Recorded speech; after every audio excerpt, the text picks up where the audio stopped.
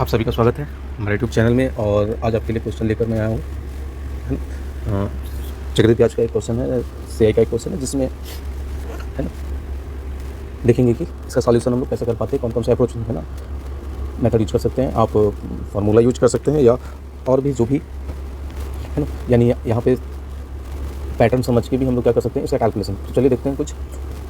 तो यहाँ पे समझेंगे थोड़ा सा ये सीआई का पैटर्न जो होता है वो होता क्या है। तो इसका जो फार्मूला आप जानते होंगे, तो फार्मूला जो होता है वो ए बराबर जो होता है P इंटू 1+R/100 पे पावर n। तो यहाँ पे देखिए, ये जब भी प्रिंसिपल से आपका अमाउंट बनता होगा तो वो प्रिंसिपल का कोई गुणक होगा जो पावर n यानी दुगुना, तिगुना, है ना, 4 गुना, इस तरह से बनता होगा। तो इसका मतलब ये है कि सवाल जो आपका होगा, ये जो अमाउंट बनेगा वो हमेशा किससे, तो यहाँ पे पावर वाला वैल्यू जरूर होगा, यानी स्क्वायर, ठीक है, क्यूब, पावर 4, ये सब। तो आइए देखते हैं यहाँ पे। तो यहाँ पे देख सकते हैं कि प्रिंसिपल दे रखा है 800, अमाउंट दे रखा है आपका 882। यहाँ पे देख सकते हैं रेट जो है वो कितना है, तो 5%। इसी को चेंज कीजिएगा तो हो जाएगा 5/100 यानी 1/20। इसी को मिश्रधन के लिए रेशियो लिखेंगे तो कितना, 20 में 1 का ब्याज मिलेगा यानी 21/20। तो ये वाला जो रेशियो होगा वो 20 का स्क्वायर क्यूब कुछ ना कुछ होगा, और ये वाला जो है वो 21 का स्क्वायर या तो कुछ ना कुछ होगा।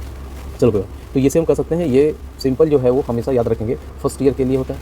अगर मुझे यही सेकेंड 2 साल के लिए बनाना तो पावर 2 लगाना पड़ता है। तो इसका मतलब ए जो होता है 2 साल का 441 और बटा हो जाता है कितना, तो 400, ठीक है।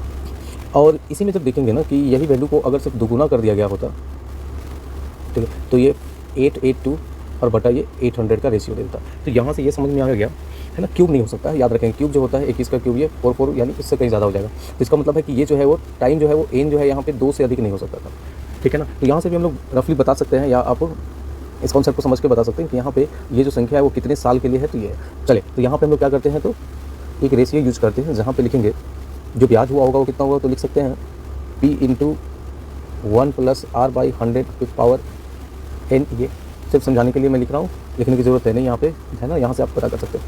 तो लिख सकते हैं P अंदर वाला कितना वैल्यू है, तो यहाँ पे देख सकते हैं ये है आपका 21/20 बराबर ये हो गया ए। तो यहाँ पे n का वैल्यू जो है वो कितना मुझे पता नहीं है, तो हम n लगा देते हैं। अब देखिए फार्मूला से समझ रहे हैं, तो यहाँ पे होगा ये 21/20 पे पावर n बराबर 882/800। 2 से डिवाइड कीजिएगा 441 और ये हो जाएगा 400, ठीक है। तो यहाँ से समझ में आ गया होगा कि n का जो वैल्यू है वो कितना होगा, तो आपका 21/20, ठीक है। तो स्क्वायर, तो यहाँ पे बेस नंबर सेम है तो पावर भी सेम होगा, यानी n बराबर 2, ठीक है। तो देखिए ये चीज़ फार्मूला से है और ये चीज़ आप बेसिक तरीके से, है ना,